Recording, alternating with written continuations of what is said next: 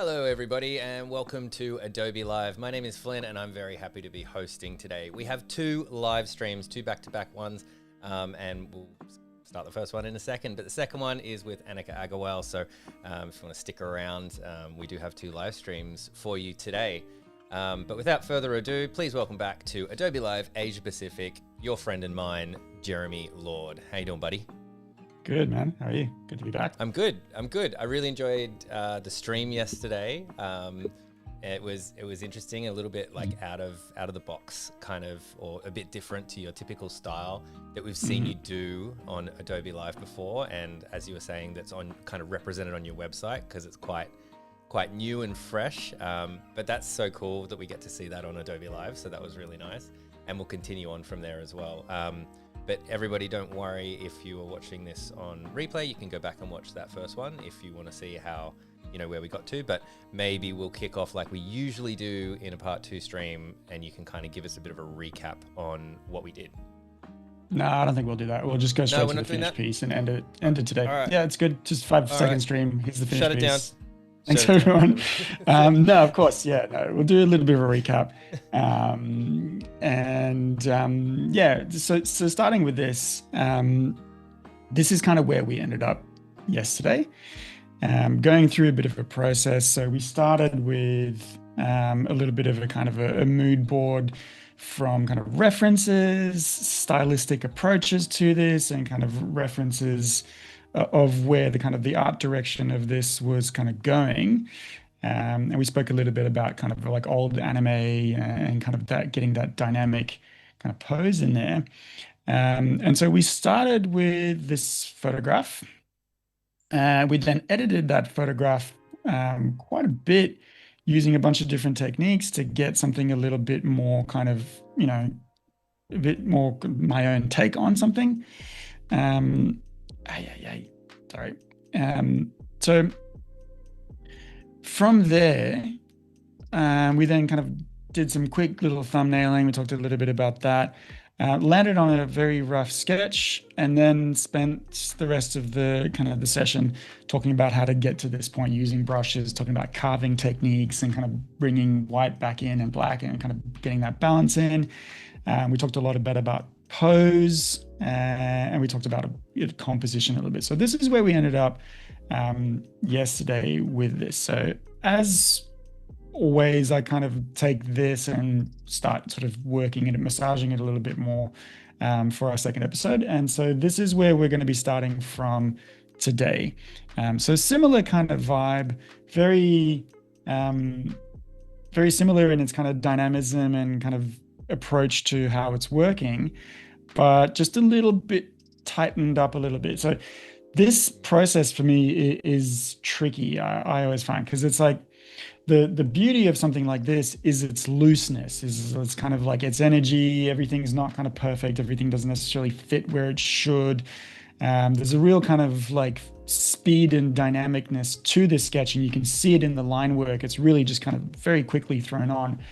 And it can be tempting when you kind of do this cleanup phase or this kind of tightening up phase to kind of clean it up too much, and then you lose that quality there. So trying to kind of stick to that, but still, massage it in a way that's going to be kind of presentable as a finished result and not just a sketch. So in sort of 9 cases out of 10, I reckon, if you were to say, this is my finished piece to a client, like if FIFA commissioned me to do something like this as a poster, and I gave them that, they'd be like, cool, yeah, looking good so far.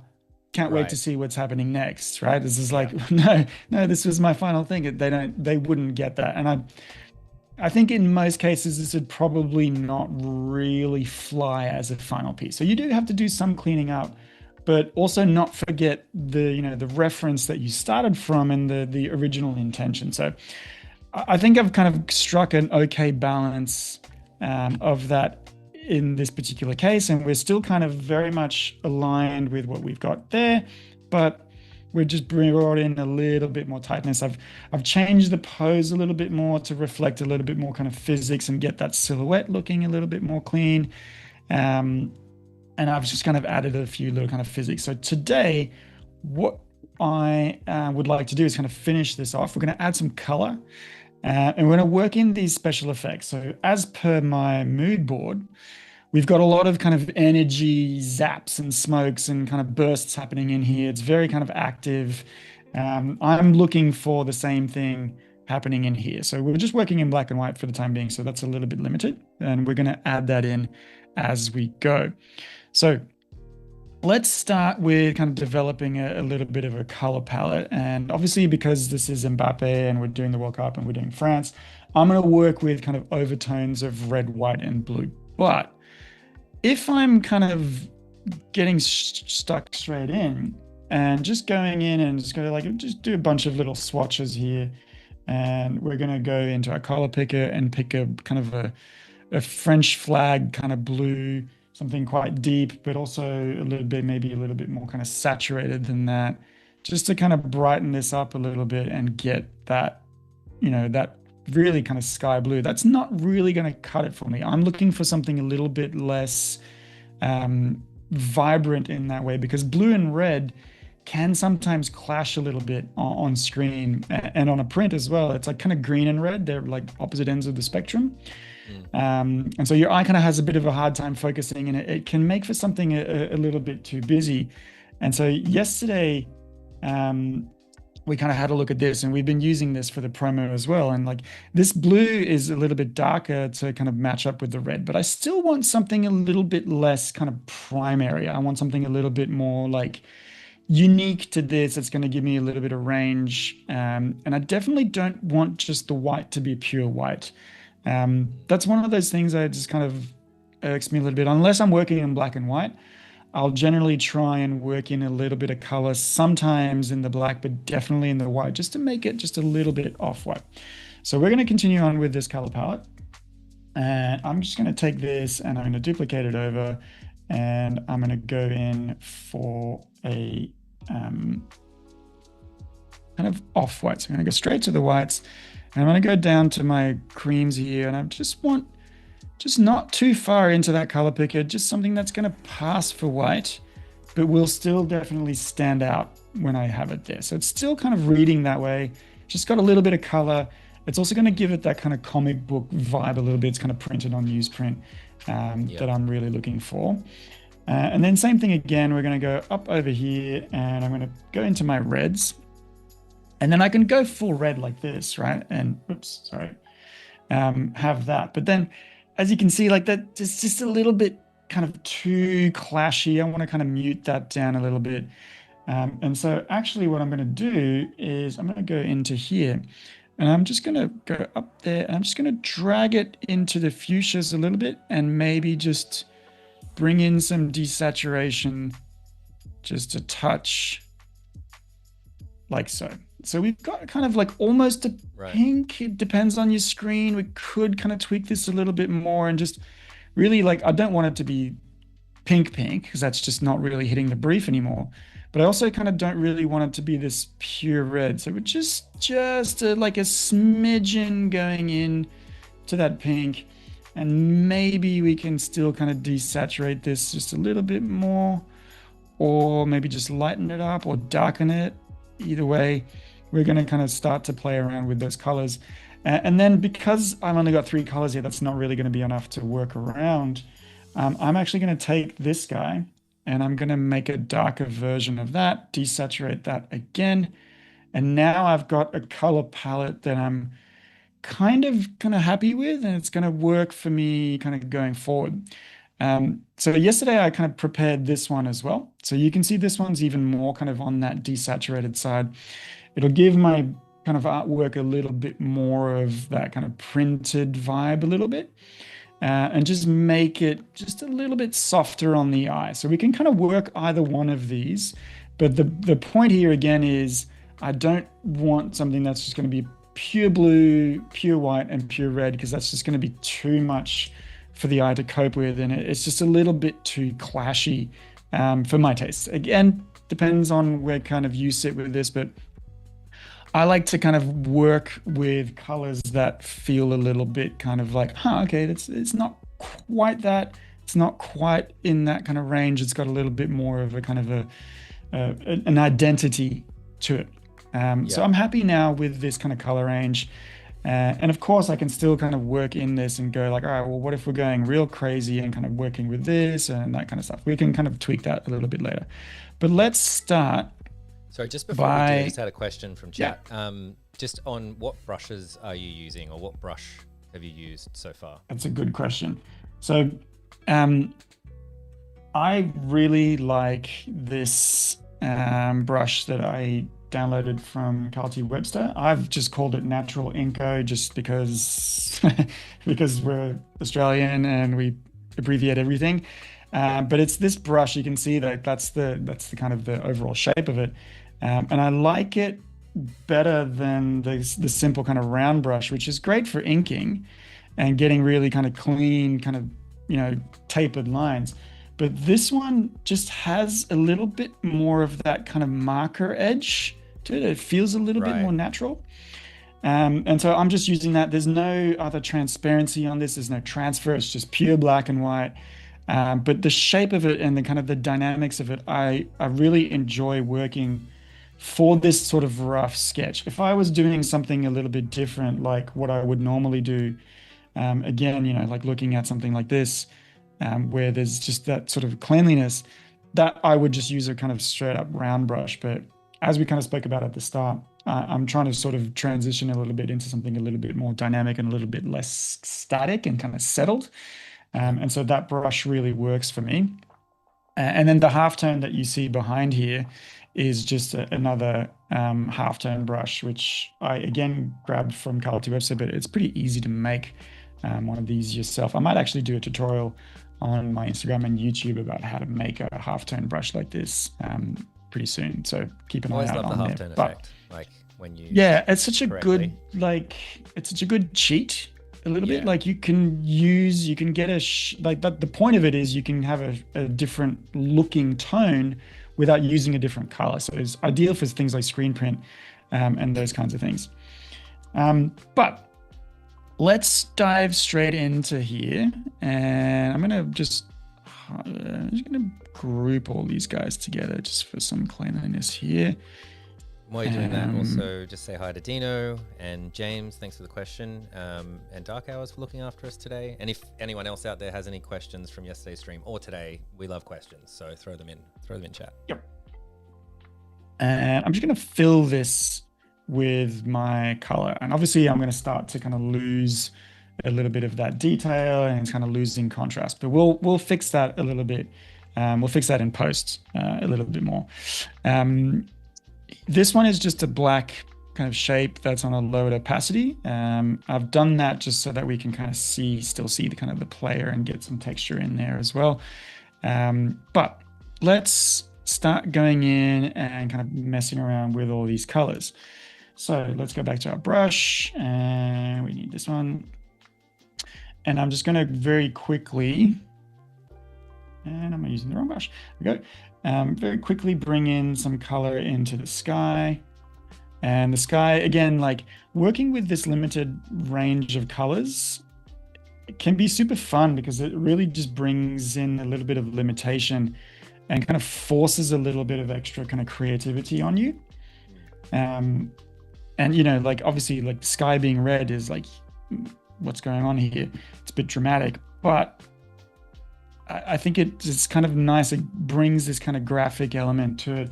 As you guys kind of see from this one, it's just kind of, it doesn't have to be super realistic and clean in that way. It can be a little bit more graphic and in kind of interpretation, which is the whole point of this particular brief that I've set myself here.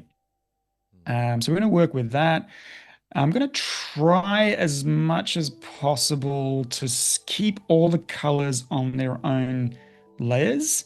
We'll see how that goes. I might not be able to do that, but just for kind of clarity's sake and for kind of working on here, it's nice if you can have like all the reds be on one layer, all the blues be on one layer, all the whites be on another layer, but it might not kind of work that cleanly for me. So we'll see how we go with this. I'm also going to make his skin that color. I think it just kind of fits. Obviously, I want his jersey, his uniform to be mostly blue. So I'm going to have to work pretty kind of attentively on that to make sure that it stands out from the background, but I've got some level of kind of actual colors happening in there. And maybe we can bring in a little bit of that detail back in here. So maybe we've got like a little line on the shorts kind of happening. We've got some branding on there, got a little logo on the chest. Just a few little kind of details going in, maybe some stripes on the socks. Let's go back to our red here, and we're gonna delete all of this stuff so that his socks can be blue.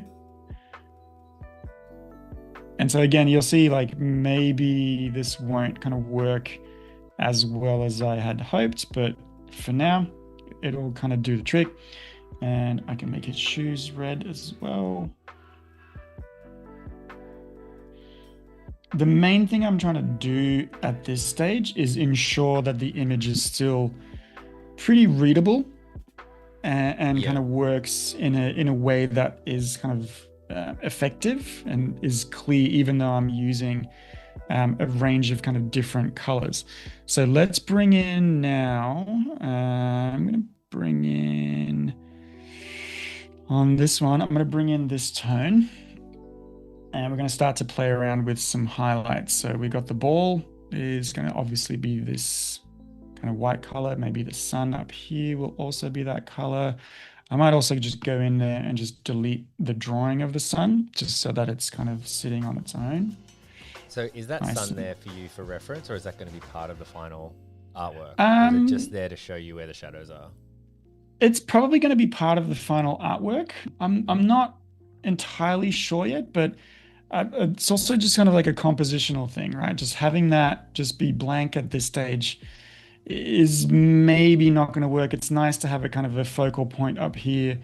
And because I'm also going to then bring in some highlights on him, it's nice to kind of have identified that light source as the primary light source.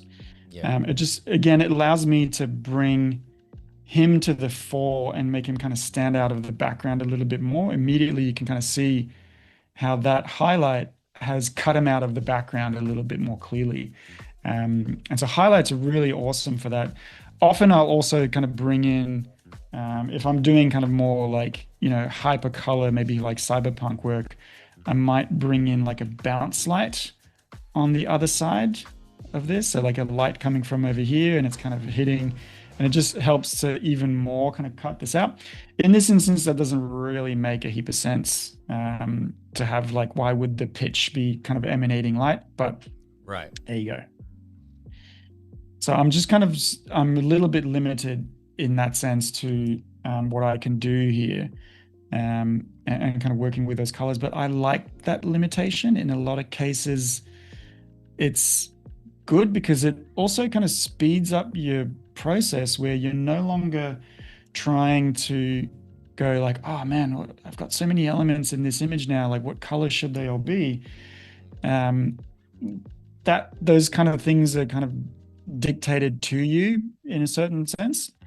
And so it can be, I think, a really advantageous thing to kind of try and limit yourself. Let's get some of those lines on the field as well, so you can start to make out some of the details in here, because this was one of the important things that I was trying to do as well with this, is have this kind of like protagonist antagonist story in this. And so the goalkeeper is important here, and if I don't kind of frame him, he might get lost in the background.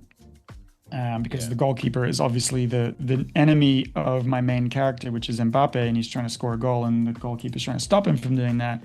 And so it's the drama of football kind of rolling out in that way. And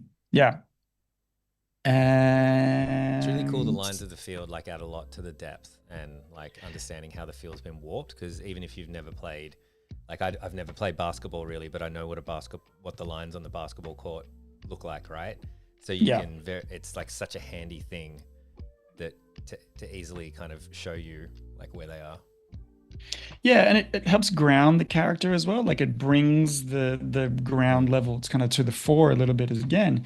And it helps to kind of put that character in context and work in that way. So it's always a kind of a nice to have, and I always like kind of trying to not spend too much time on a background because the main story is still that character, but still have some sense of kind of like, okay, this character is in this setting. We can see them quite clearly in that way. And so it just kind of brings in a little bit more kind of life and reality to that. At this stage, I might also consider just kind of going full graphic, and giving him a bit of an outline to see kind of how that works, and really kind of cut him out from the background and just do Oh this yeah. like really, really fast and kind of see how that looks and like if it's working. For me, that's kind of clashing a little bit with the lines on the field. It becomes a little bit hard to read again. Yeah. And one of the things that we looked at yesterday as well is I can actually do, instead of zooming in and out like that constantly, I can actually go into my workspace and make a new window for this one and say tile to up vertically. And then I've got that reference sitting over there for me that I can kind of zoom in and out of this image, and the other one stays where it is, right? Like this one doesn't get zoomed out a lot. So I can be kind of working on something like really small here, and I can see the effect that it's going to have on the whole without having to kind of keep, this kind of super hectic zoom in and zoom out Yeah. constantly. So sometimes I will work in that way. I probably won't kind of do that too much today, just because it also limits my workspace, and I like to have a little bit more room to kind of mess around with. Yeah. But yeah, So this can I is just butt already, in? I'll just butt yeah, in with please. just another question. We've got love the questions, guys. I should have Behance open, Manny. Sorry, I missed. You don't only have YouTube open. But Duck Hours has sorted me out. Manny asks, if you had more colors, would you also use one layer for each? No, definitely not. Right. Depending on how I'm working, if I was starting to play with more layers, I would definitely kind of group things together. Like I'd have maybe his jersey on a different layer, and then his skin on a different layer, and then the ball, and then the field, and then the sky. All of those would be on kind of different layers, within reason.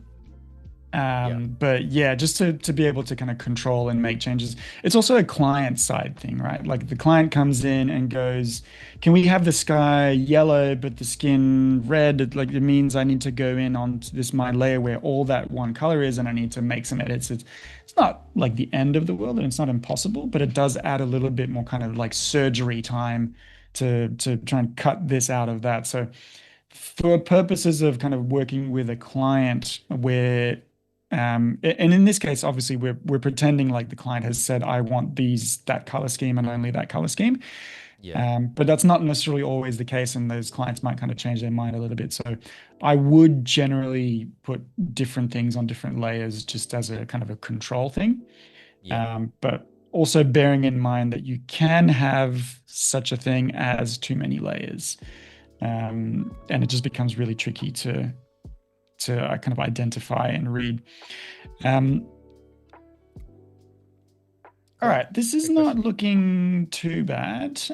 I'm keen to kind of start messing around now with the special effects in this layer and getting that kind of working on itself as well. So I'm going to make a new layer. I'm going to call this SFX.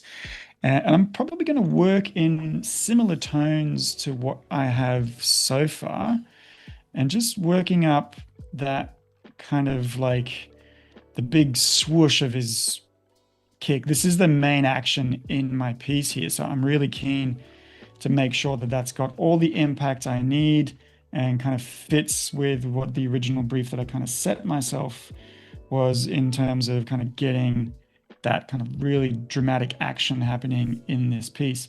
And so at this stage, I might also start deleting the lines on that just to kind of focus in on the actual kind of piece itself. It doesn't need to be kind of having that outline. I want to keep the line of action, this kind of speed lines going, but I'm not super keen on having all of that effect be part of that actual drawing. So we can start to kind of work that out a little bit more and just kind of get a little bit more of a sense of motion happening in here as well, and really get this, like, his leg is just whooshed across there and is just really just kind of smacking soccer ball with everything he's got.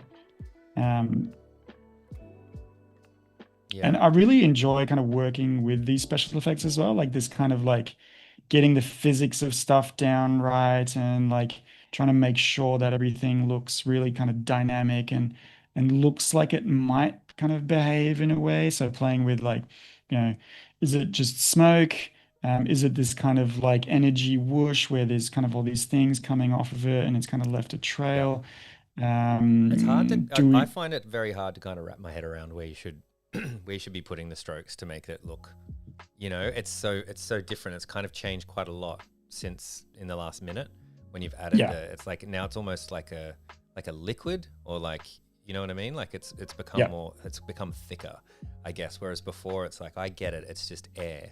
Whereas now it's something else. It's really kind of taken on its own, like, not texture. Like, I think thickness is the closest word I can think of at the moment. Yeah, and that's it. Like this is what I like about it. So I've got a ton of reference here on Pinterest of like these special effects of like happening, and I will often kind of go in and look at like maybe it would be cool if it was this kind of like hyper color kind of thing, or maybe we go for something like this and it's really kind of like graphic and halftony, or something like this, and like where does the kind of energy come from and where does it go? There's a lot of really, really cool stuff that you can do with this sort of thing, that like I really, really enjoy working with this and trying to figure out how it looks. But you definitely like I need reference, right? For like things like smoke or like liquid or fire, and like how viscous is it? Like how much electricity is Yeah. coming off of it? Like is it crackling?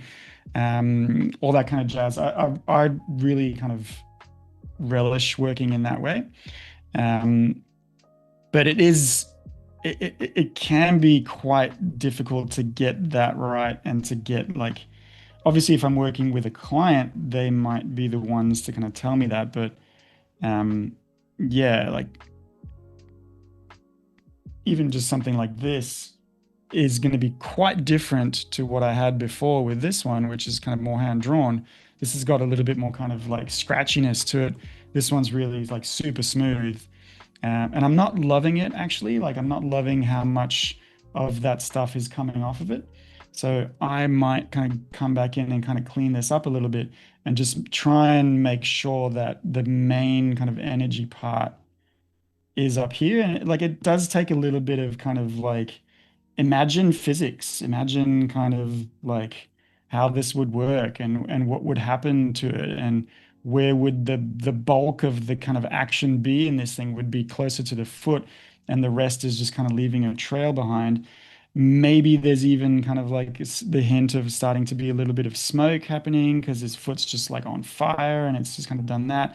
And so there's infinite kind of variations that you could do with Yeah. this and kind of trailing off of that. And even just kind of coming, it's coming off of the pitch where his foot has kind of launched itself off. That could be fun as well. So we could spend quite a lot of time on this. But what I will do here actually is start to think about like, do I need another color? Do I need something in here to really differentiate this from the rest of this piece and really make it kind of pop? So this is where I might start to go, all right, cool. Let's go in and I'm going to just put an hue saturation on this, and I'm going to saturate it up, and we'll just see like, what if I have this kind of like hyper electric blue in here? What if it's more like a really bright yellow, or like And how this do is I? easy to do because it's on its own layer, right? So you can just affect Yeah, this one yeah, layer, and just doesn't really matter what color you made it. You can just go in and change the hue, like basically the color yeah. saturation. And that's exactly right. And that to that question earlier of like where would I use everything on the same layer? If I'm not 100% sure of kind of how this might work, I might need to put that on the same layer, on a different layer. I might just lower the opacity of it as well, or I might do this kind of like trailing energy thing. So let's go in, and I'm going to make a new layer on top of this, and I'm going to make it a clipping layer so that it clips straight to that. And now I can come in and say, all right, cool. I want I'm just gonna say I want just the inside of this, so there's more of a kind of like an energy trail happening. I want the inside of that and everything else to stay the same. And I'm gonna make this like a super highlighted neon blue. And then now we've got this kind of whoosh happening inside, but it's not quite working because that is darker than the highlight. So I need that to be there. And then we can start to, again, mess around with this. And like, that's kind of cool. It's still within our color palette, still within the blue, but it's a slightly different blue. Or maybe it's even just kind of this, and we can start to kind of get that muted tone, but we're still getting that energy kind of kick vibe. And we get this like, yeah, it's like almost like Street Fighter, Yeah. punch effect happening on here. I really I don't mind that at all, and it will then also allow me, and because I've done this on a separate layer, I won't be able to do it on a different one. So I'm going to kind of come in here, and now I can come in maybe with some kind of like electric energy. So here's what I would do normally with something like this with electricity.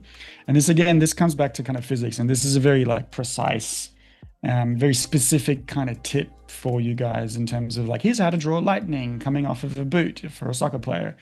It's not necessarily sort of like general knowledge that you can use everywhere, but a good way of doing this, maxing out SEO. no, and this applies actually to a bunch of different things as well. Like this idea of like, let's do a quick kind of thing here where we've got a little bit of that crackle coming off, and maybe it's kind of coming off of the other side as well. And there we go. And potentially kind of a few bits and bursts coming off of the ball here and there, where it's kind of like that energy is also exploding off of the ball. It'll bring a little bit more attention to it. So I'll put this on a lowered opacity layer, because what I'm going to do now is I'm going to come in over here and just try and sort of follow this line, but I'm just going to start to get sort of thicker and lighter, and I actually want to stay in that sort of color tone there and just work in a little bit more kind of detail and thickness. But because I've started with my lines being sort of already kind of predetermined, I've got a bit of a guide to work to, and I'm keeping this sense of kind of energy. And usually what happens with lightning is it kind of almost has like momentum. So if it goes kind of like this way and then that way, the energy will kind of push it further that way, and then over here that way, and then over there that way, and so on and so forth. So you'll get this idea of like every time it corners, a little bit of a spike kind of comes off of it. Right. And sometimes cool. those two things kind of like link up as well, because obviously the electricity particles kind of tend to kind of link up to themselves. And so we get a little bit thickness, but obviously the trend of this is as it goes further and further away from the source, it starts to get a little bit thinner and thinner. So you can get some really kind of nice kind of lightning effects happening here in a really clean way. So that's one way to do it. Another way would be for me to do this a little bit simpler with my lasso tool, and just kind of really start to get a little bit more kind of sharpness happening and angularity, which I have a little bit of a harder time getting with my brush. You need to kind of work a little bit more to get that sense with your brush, whereas with the lasso tool, and I'm on the wrong layer,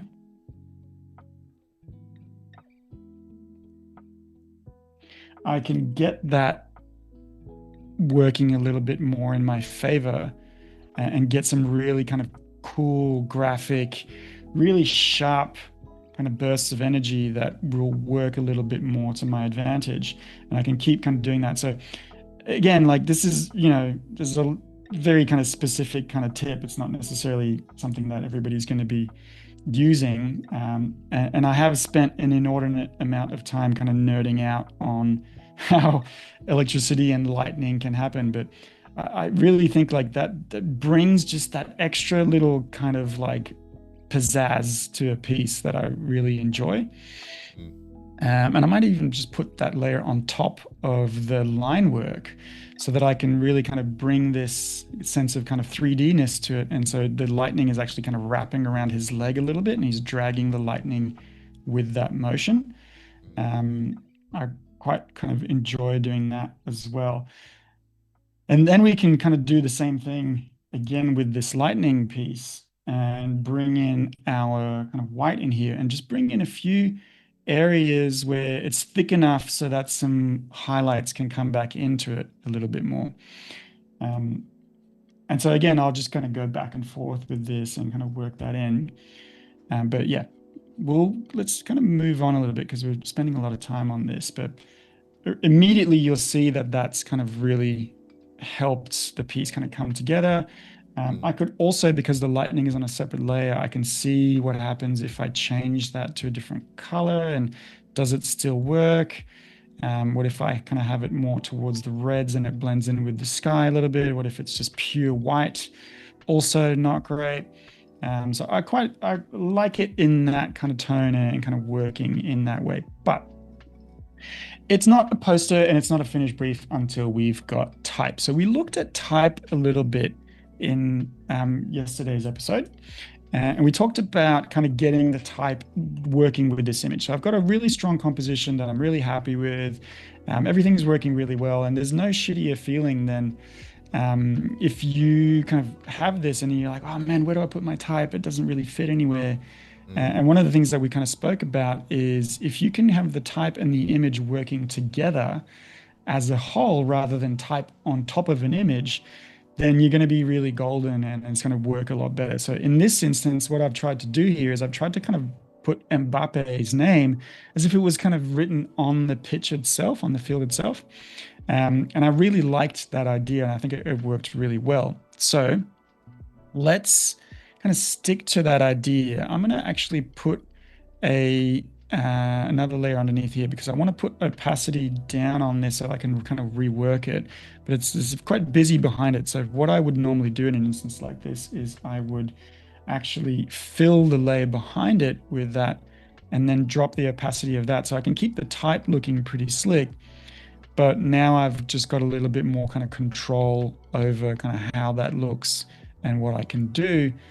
And so now I can start to... You're putting a white layer between Yeah, I'm putting a white layer in between the text and the image behind it so that the image doesn't interfere with that low opacity text as much, and I can kind of work on that a little bit more. It's just it's a comfort thing. It's not necessarily something that like I would recommend everybody kind of does. But I've got a pretty rough kind of... opacity, right? That's correct, yeah. So this layer is at 84%, and then my text layer is at 34%. Not necessarily because of science or mathematics, they're just kind of random numbers that I've assigned, but it's nice to kind of have that. And so then I can go back into my color palette, select my red, and I can go in and then kind of work onto this layer. And so here, I might start thinking about kind of a little bit more texture. So I'm going to use my line tool, my lasso tool here, and just kind of start getting in a little bit more kind of motion happening in this piece and kind of seeing how that might kind of end up looking in the final. So this is a pure just kind of trial of me going like, okay, how does that look in the end? Is it kind of having the effect that I wanted, which is coming back to my mood board? I'm looking for something like this, right? This is kind of like this movement in the type and this kind of line of action in the type. I think that could work really well. My problem is the line of action is going this way. So I'm going to have to kind of start thinking about that for this piece. And so maybe my lasso tool is not the right way to work. And maybe I want to work with a little bit more of this kind of like brushy kind of texture that fits with my text so far. And so getting that kind of to work in there, we can even kind of extend it a little bit. And then kind of seeing how that's going to work out for me, and trying to, again, stick to my kind of overall motion and kind of really feel like that Mbappe text is sitting on the pitch. Yeah, got to try to get that angle, that curved perspective angle. Yeah. But I also don't want it to look too much like it's kind of like brushy and like blood splattered, right? Like I want it to feel, I want it to be legible, but I also want it to kind of match up with the rest of it. So that's gonna be like that I would spend a fair bit of time on, and it's worth spending a fair bit of time on to try and get it to kind of match up to the rest of your text, but also just kind of clean it up a little bit more and see kind of how we go with that. So again, I probably won't kind of finish that today because it's going to take a little bit more time for me to get that looking exactly how I want it. But like I said, it's worth doing correctly and spending a little bit of time on that because it will kind of really tie this image together and help it kind of work in a little bit more of a tighter way. And the A, I think, needs to be pointing a little bit more towards the goalkeeper like that. There we go. That's working a little bit better.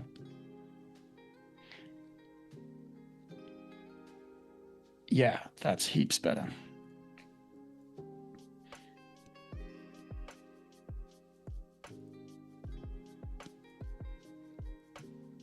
So again, like this is way not finished. And I'd still really need to kind of work that up. And it's a little bit harder to read than the previous one. But again, like it just would take me a few hours to get this probably right. And it's funny because it's like, it looks like it's kind of thrown on, but actually it's very much kind of this idea of like controlled chaos and working in a way that's kind of helping you, get a certain style, but also be quite sort of clear and legible for a piece like this. I'm also going to bring in, I've got this little World Cup logo up here that I brought in just for extra kind of clarity and it just looks a little bit more kind of legit. And then I can start to kind of finish off the effects again on this image by bringing in a little bit more kind of this lighting in here. So let's start to bring in some special effects over here. So we've got some billboards potentially running around the edge of our pitch here. They're going to be all kind of different colors. And maybe another one on the kind of the middle level there and just kind of sitting behind. So that's just a little bit more texture. We don't need to worry too much about how that looks, but it's nice to just kind of bring something in, and then we're going to come in here and we're going to add some lights to this whole thing. And where are we sitting? We're sitting up here. So I'm going to bring that up there. And so the lights kind of have these kind of sparkles, these lights from the stadium. And that's really going to kind of help add a little bit more of that kind of action to this piece and bring in a little bit more kind of detail. And then we can even kind of bring in like, all these like camera flashes that have happened in the audience where people are going like, oh, Mbappe's got the ball, get your cameras out, let's take some shots, and add all these kind of little like camera flashes in here. It can be pretty subtle for the most part, but it's just, again, going to help bring a little bit more life to this piece without kind of clashing too much with the actual piece itself and how it all kind of reads. We can even come in here and on my layer, let's say I'm going to bring in another layer. I'm starting to have a lot of layers going on in here and I haven't named them all, but it's okay for now. You could use the auto layer, auto name. Yeah, but in this case, it would just be kind of like, white thing, blue thing, red thing. Like there's not really any kind of like strict description of how this is going to all look. But what I can do very, very quickly is come in with my paintbrush and just start to add a sense of like people in the crowd. And I don't have to like draw every single person. This is kind of like crazy work, but just starting maybe on the edges over here and kind of in certain areas, just a hint of like just the heads of these people. Like there's something happening in that crowd. There's a bit of texture happening on the actual stadium ground as well. and kind of trying to see how that looks. I might also come in with a lighter gradient of this blue, or a darker gradient of that blue even, and just start to mess around with a gradient of transparency to of that color to transparency, and just bring in just a little bit more lighting and kind of clarity in this, just again to frame Mbappe a little bit more. And I might even do the same thing with like this. a bit of a vignette. Yeah, and like the whole idea of a vignette is like it frames the action, it frames kind of where you're supposed to look at, and it just like it maybe just kind of takes away from the potentially overly flat kind of piece, and just adds like immediately adds a ton of lighting and effect and ambiance to this piece. So this is without a little bit flat, and this is with it starts to really kind of stand out a little bit more. Yeah, makes cool. him even kind of stand out a little bit more from the background. And so yeah, there's something really quite nice about that, and something that I really enjoy doing with these sorts of things as well. And then yeah, it's just me kind of messing around and kind of seeing, okay, let's continue this trend of these kind of like effects happening around here.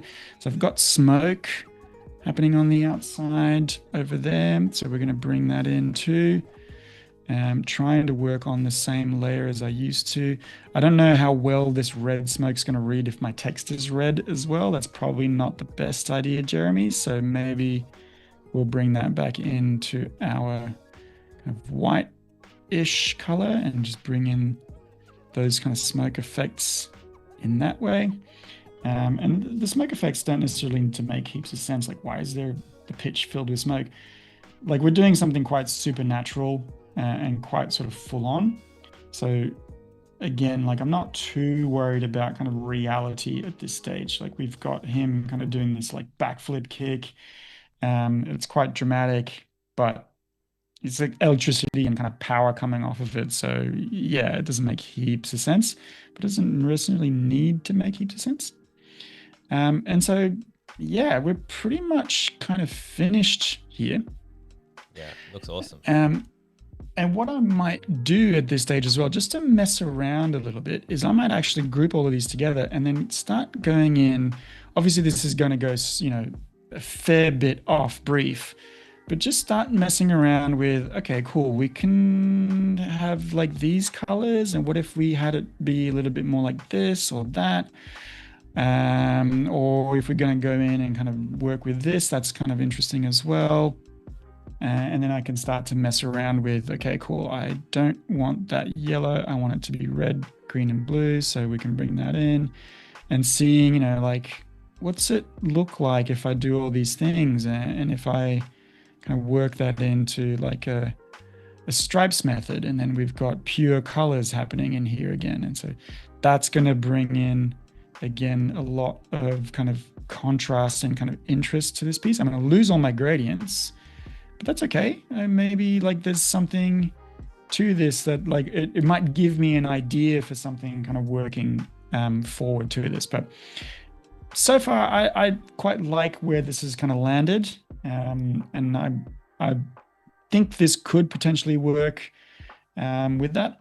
I'm also looking at this now and going, from a distance, I think that my sun here is kind of clashing with the logo. So I might just take that I was thinking that before, yeah.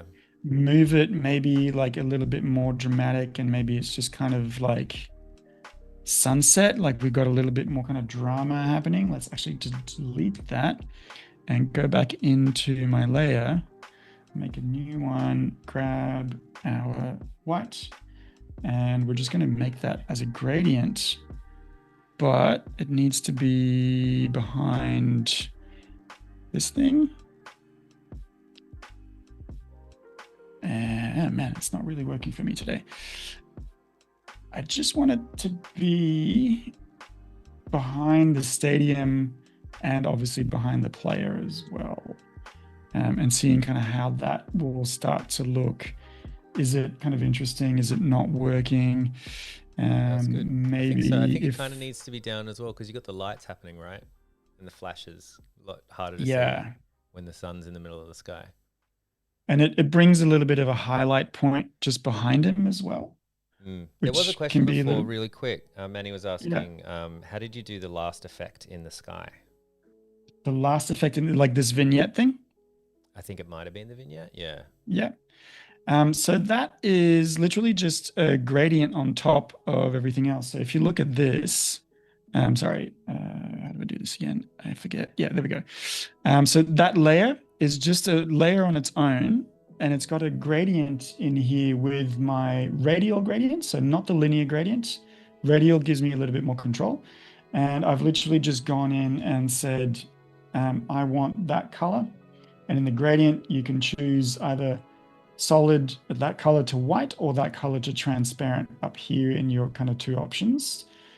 So I've done that. And then I literally just drag gradients in here to get that kind of effect happening on top of it. If you do this with the linear gradient, you're going to get this thing that's going to apply a little bit more kind of dramatically. So the radial gradient, I find, just allows for just a little bit more control. Yeah. And working to I've lost all my other layers. Thanks for answering that one, but we are very close to time. We got about 2 minutes left before. All right, cool.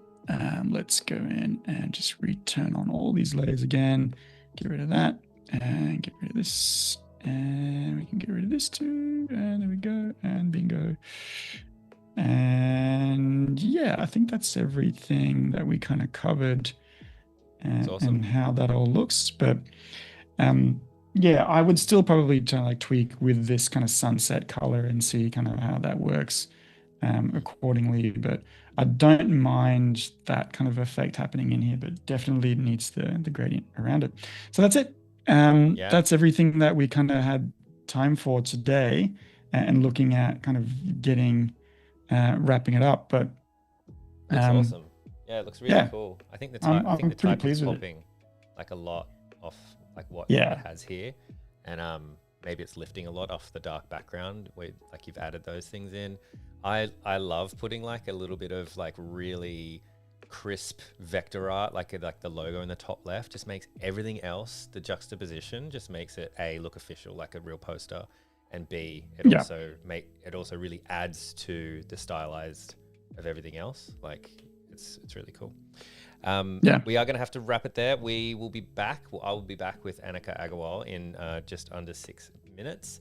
But Jeremy, thank you so much for joining us on Adobe Live. That was such an exciting project. I love this. You're gonna have to tag. Absolutely, it's my pleasure. Yeah, I'll finish this and put this up. I might even put this up on my online shop a little bit to see how it goes. But even just putting a frame around it kind of makes it a little bit better. And then don't forget to sign it at the bottom. Tag Mbappe, and if they win, oh my gosh. Yep. We'll have to leave it at that. Again, thank you so much, Jeremy. If you missed the start of this, go back and check it out. But yeah, we'll be back in just a couple of minutes with Annika. I'll see you all then. Thanks, Jeremy. Thanks for having me.